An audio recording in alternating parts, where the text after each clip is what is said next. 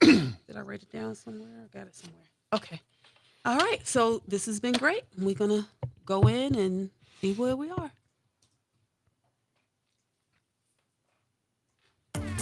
You are now tuned in to Today with Pastor Jay on WNZF News Radio, where we discuss inspiring and informative news. And now here's your host, Pastor Jerlyn Denny.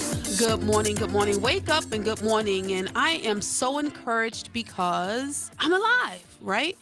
And I know that sounds like, oh, well, every time I get on the radio on Sunday morning, it's like it's good to be on this side of the earth. Well, I tell you what.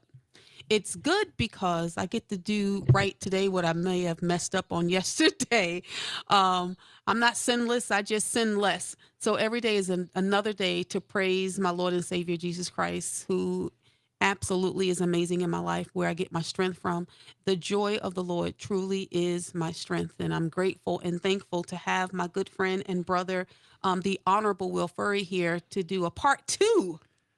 Thanks for having me back, Pastor Jay. I can't, I'm just excited to have you here because you love Jesus as, I'm going to say almost as much as I do because I'm his favorite. Right, of course. Well, you're my favorite too, so we got something in common. Me and Jesus. Yeah, you and Jesus got something in common. That's pretty cool. But it's always good to see you because you always have a smile on your face, and I love to see that. But I know last week when we discussed the shooting at the Marjory Stoneman Douglas High School, your smile, I mean, you still had the bright, cheery joy of the Lord on your face, but also I saw that there was concern as a parent and also concern as a school board member when you think about the violence and the potential violence that could happen at any moment at any of our schools. That's right. We hope that this would never happen here. But we have to be ready in case it does. And and there was a lot learned by doing this. And it is difficult because even as I'm grateful that WNZF Radio has picked up some snippets of our first interview and have been sharing them with the community. Even as I hear them back over the radio, it brings back emotion from that visit. Yeah, last week when we were in the parking lot still discussing your visit, because you went along with about 200 lawmakers and leaders throughout the state. You drove to Parkland and you had an opportunity to tour and visit the school, the place where the shooting had happened, where 17 people had died and 17 people were injured. And you said something in the parking lot here at the radio station last week that I wanted to share this morning about the father that was giving the tour. Yeah. The father, Max Schachter, he was leading the tour, and the first room where his son was murdered, he was standing right at the desk where his son was sitting, and there was still the stain of blood on the floor where he was as he was telling us about what happened that day to his son. And you could see he was visibly struggling to get past that point. And I can't imagine a father having to be in that situation. But I say, what a brave man to try and make something great out of a bad situation by informing local legislators, policymakers, to learn from this situation. As a parent who's lost a child, I can't even imagine what he's going through. But, I'm also members of an organization called Crime Survivors for Safety and Justice, cssj.org. And we often talk about how important it is we take pain and turn it into purpose. And I see where he has taken his pain, has turned it into purpose. And his passion and making sure that another parent would never have to deal with their child going to school, right? You send your child to school for an education, not to be shot and killed, not to be injured, not for those things to happen. You just want them to have an education. So I applaud him in doing that and how he has gone the extra mile, because that building is going to be demolished soon, right? Yes, that's correct. Yeah, and who wants to go in that building? No one. There's just too much pain for that community, for that to be refurbished into a school. I couldn't imagine being a student and wanting to learn there, knowing the horrors that happened within those halls. As I mentioned, right now, as it stands, the building has been a time capsule because it was used as evidence in the two trials, one for the murder, and secondly for the school resource officer that did not go into the building, even though he was there, could have, and may have potentially saved some lives. There, in addition to your tour, there was another tour. I know there was some law enforcement that had gone in to learn from that, and I guess with the school resource officers and deputies and things, for them to learn what could have happened, what should have happened. We've had an opportunity over the past few years, because this happened in 2018, right? Over the past few years, to reflect on who, what, when, where, and why. Also, if you see something, say something, because a lot of people were not surprised. They were not at all surprised that the gunman that actually had done this, everybody's like, oh yeah, we know exactly who it is. Another thing that you had mentioned last week was he had left the school, had gone to McDonald's, I think you had said, and spoke to someone at the Yes, McDonald's. that is correct. He actually went to Walmart first. Okay. Then went to McDonald's. The security footage showed him interacting with another person there, and then they parted ways. But later on in the investigation, they were questioned about this exchange, and essentially they did know each other somehow. And it turns out that the person he was speaking to at the McDonald's had just been murdered by him at the school campus. Did not know that at the time until his sister, the person that he met at the McDonald's, had just been killed by that same person. The same person he's interacting with had just fatally shot and killed his sister. He didn't know until after they had parted ways. I couldn't even. I mean, the words that come to mind that you want to say, there are none, because you're still in shock even after all these years. And I think about our high school. We have two huge high schools, and here, Matanzas High School, Flagler Palm Coast High School, and all the students that are there. Even FPC is almost like a little mini city. So many ways to get in and out, so many things that can happen. I mean, I look at Matanzas High School. I've had students, children rather, I call them students, children at both schools that have graduated from both schools. I cannot imagine the nightmare that must go through the minds of the school resource deputies and officers, and what it takes to make those schools safe. I don't want to say the nightmare, but I would say the concern on making them safe, make sure the entrances are locked, and making sure no one comes through. There are cities and schools throughout our nation that have metal detectors and all that, but we don't have any of that, right? So what does the Flagler County School Board, I mean, what, as you, I know you can't speak for the entire school board, but for you personally, I think about the coach that went to run in, right? And he was fatally shot. So how does that, and this visit, how does it cause you to bring up again the Guardian program? Yeah, no, it definitely was the first thought on my mind while I was there doing the tour, because as I heard and saw also on my, if the audience is interested, on my school board Facebook page, there is a animation that shows the interaction between all the shooter, the police, timelines of what happened, how in a graphical sense, with security camera footage tied in, with body cameras from the sheriff's office there as well. It's a really good way to understand the timing, because the timing of that was everything. And again, it took 1 minute and 45 seconds for the SRO just to arrive at the building, and by that time, everybody had been murdered on the first floor. So even if we had a willing resource officer to go into the office, in this case, right, the first floor had no chance, right? But it could have prevented maybe the deaths on the second and third floor. But if we look back at the situation, and we have Coach Aaron Feist, Coach Aaron Feist, who came running in to try and disarm the situation. He was shot right when he came through the door. Had he been armed, there's a good chance that he may have been able to neutralize that shooter at that point, right? Or at least he would have had an opportunity to defend himself and the others. And not just armed, trained. Properly trained and armed. And that's what the guardianship program is about. It's not just about being armed, it's about being properly trained. We're going to talk about that. We need to take a break. Don't go anywhere. Don't touch that dial. You're listening to Today with Pastor Jay.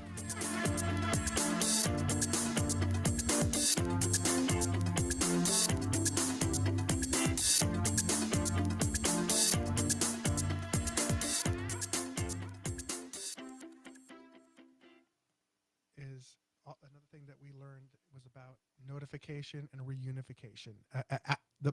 After Mm-hmm. the situation, on how important it is to get that right as well. Oh, yes. And so you can ask me something about that if you want, and I can Okay. touch on that.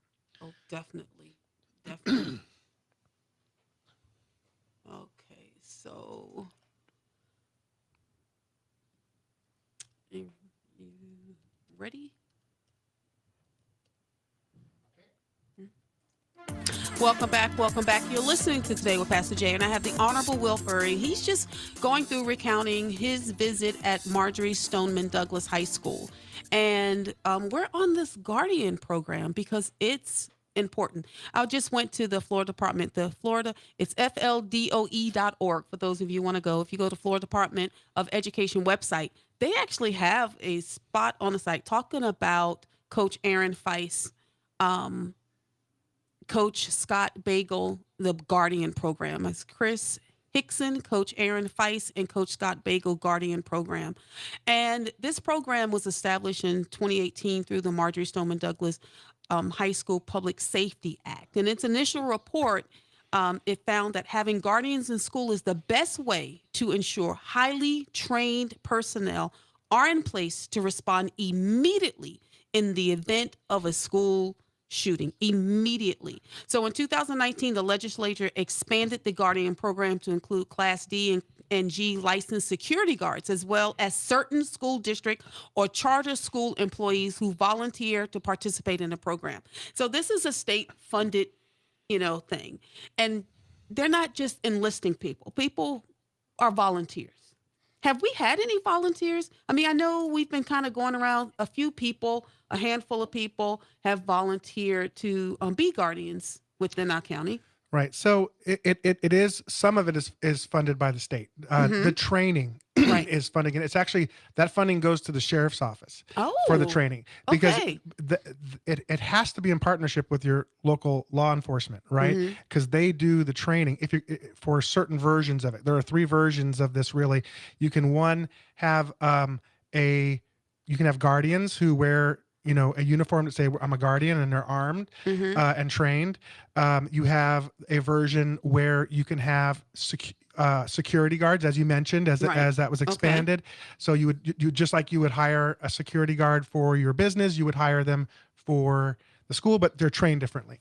And then the other option is to have faculty and staff trained and armed. That is the version that was brought forward for Flagler schools, because we already have school resource deputies at all of our schools. Correct. And in speaking with Sheriff Staley, he would give full support to the Guardian program so long as we don't use them to replace the school resource deputies, because that is a possibility too, because you can just have guardians if that is what the district desires. I think in Volusia County, they have a mix of that, right? Right. Yeah. In Volusia County, they absolutely have a program. Right. So, but for us, it would be a little different. And Putnam has it as well. Right. There's over 40 counties There's that 49 have it. counties. Right. So this is nothing brand new. You can see this started back in 2019.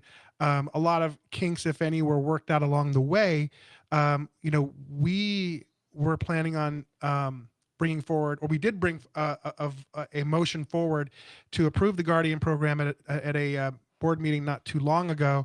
But unfortunately, it was voted down. The version that we brought forward was to train and arm faculty, and we did send out a survey, and at the request of one of the board members, and to our Flagler school staff, and we had over 100 responses that said they'd be willing. Wow! Right, and that was just a very quick, let's see if anybody's interested, without even talking about the training, what's involved. Hey, there's a $500 stipend. That's right. So they didn't know about the stipend. No. They didn't know about anything. And people just say, you know what? I'd like a little bit more information. Right. Wow. And I thought that was a great response, because initially starting out, I believe so. Because initially we were only going to be looking for about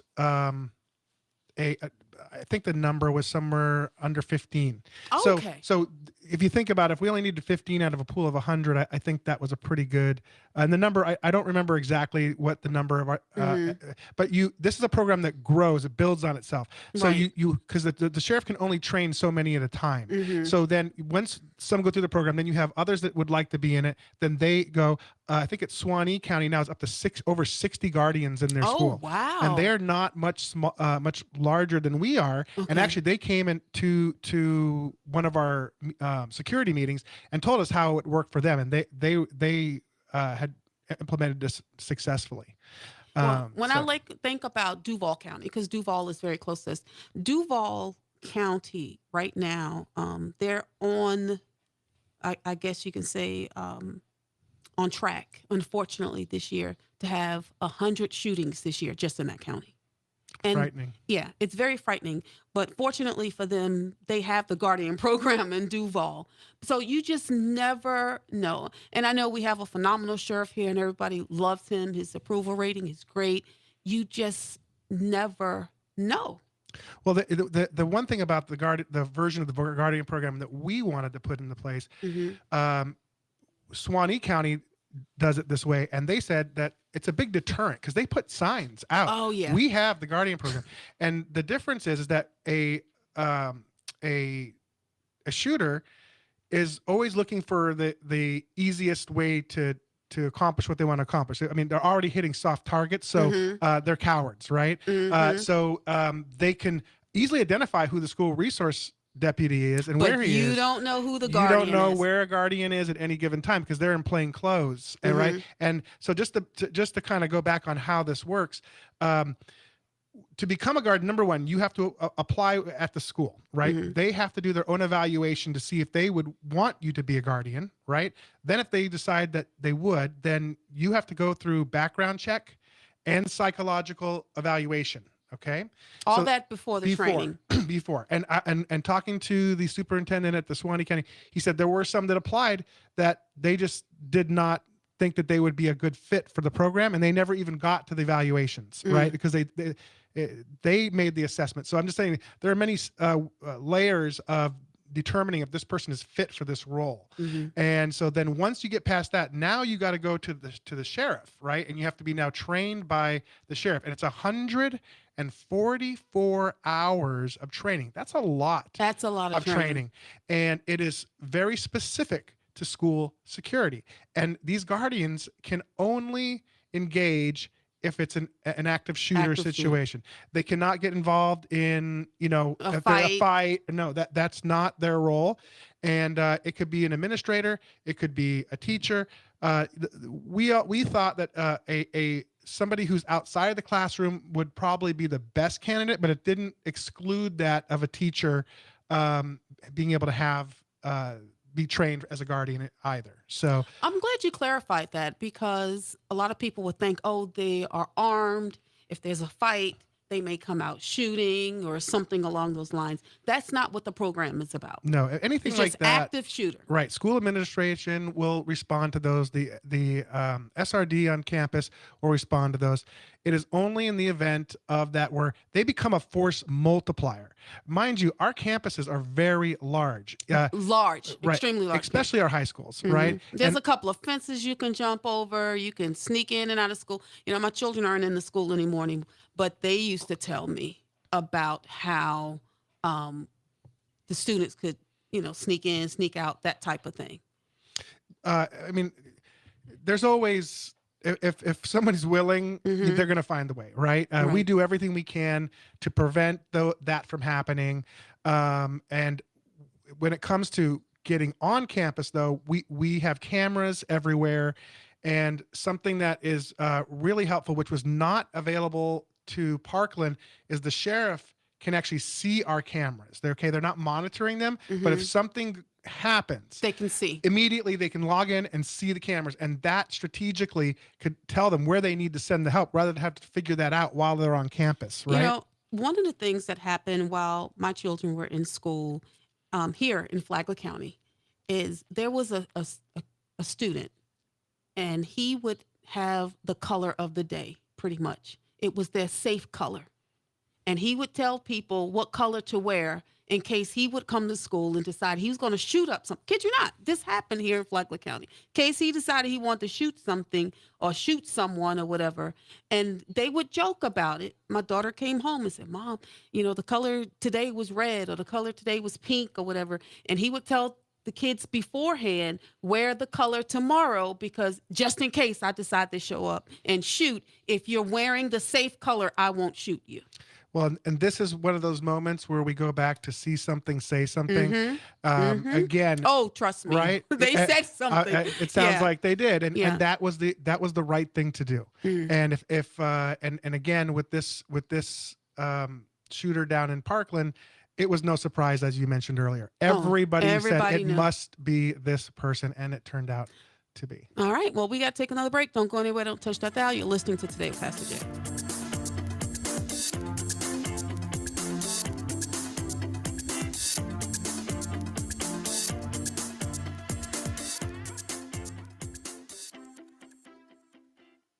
I used to know the name of the kid because I would go, oh my goodness. But unfortunately, now people are paying a lot of attention to that. Nobody really paid much attention. They was like, whatever. Now, if you threaten to shoot somebody, they taking you down and taking you to jail. I mean, the laws definitely have changed. Parents need to talk to their kids, Yes. and make sure that they are not joking about threats. Oh, that's true. Because- Let's talk about that when we get on the yeah, air. 'cause there's- How much time I got? Okay, so we're going to talk about that when we go in. And I'm going to say, what's your last thought? And you say that. And then we'll talk about notification. and unification. Yeah. So I'm going to just say, Okay. what's your last thought? Okay. And then you can just take the last 2-3 minutes. That way I won't have to ask a question. Yes. Okay. Okay. All right. I want to give a thank you and a shout out to Steve Verrier, thefloridamortgagecenter.com. Make sure you go to thefloridamortgagecenter.com if you're thinking about buying a house. And listen, if you need money and your money's going a little short, call Manesh at 248-866-0063. He's going to make you stretch that dollar until you can earn some more money. So last thoughts. We've only got a couple of minutes, and I want to thank you again for being on the show, but last thoughts. Yeah. First of all, I want to speak to the parents out there.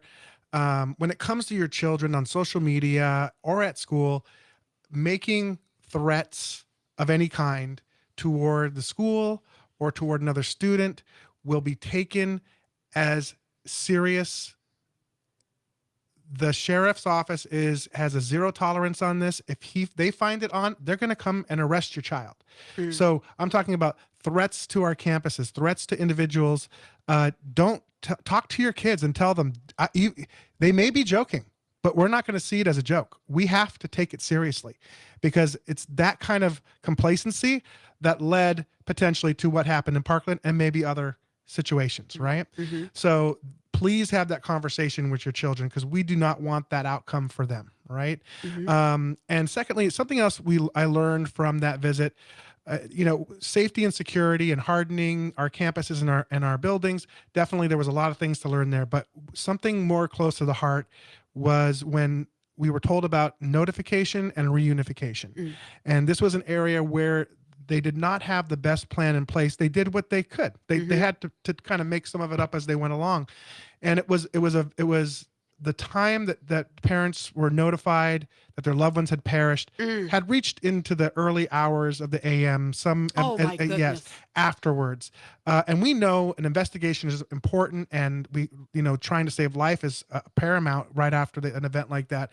But I've spoken with our superintendent, and she did also do the tour at a separate time than me. And that was one thing that we were definitely in concert of. That we want to make sure that we put this into policy and procedure to have a effective reunification and notification policy. Because what happened was just another tearjerker.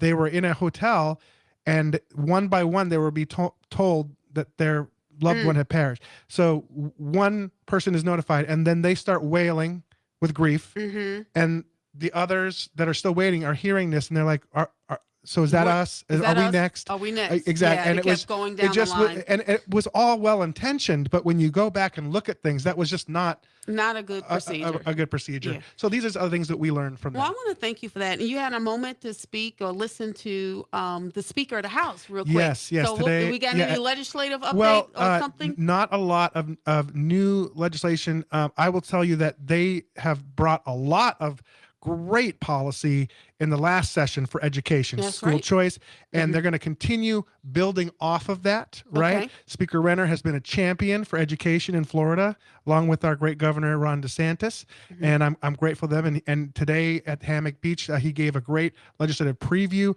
going forward. There's a lot of things, but when it came to education, that is still a high priority for Florida. And All right. and he'd used one example for school choice. He says, you all, this was a chamber event, so you all have businesses and they have an entrance and exit.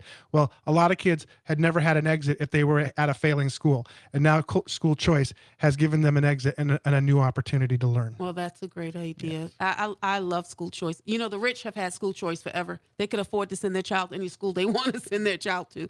So they've always had the opportunity of school choice. And I'm grateful that everyone has an opportunity to send their child to the school of their choosing. Thank you so very much. Thanks All for right, having me. guys, you know what I say? Yesterday's gone. Tomorrow's not promised. What are you going to do today? Get involved. I have an assignment. Blah, blah, blah. Let me do that again.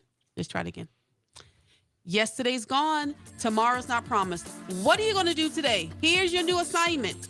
Email all of the school board members and the superintendent demanding the Guardian program that they voted down. God bless you. Have a great day.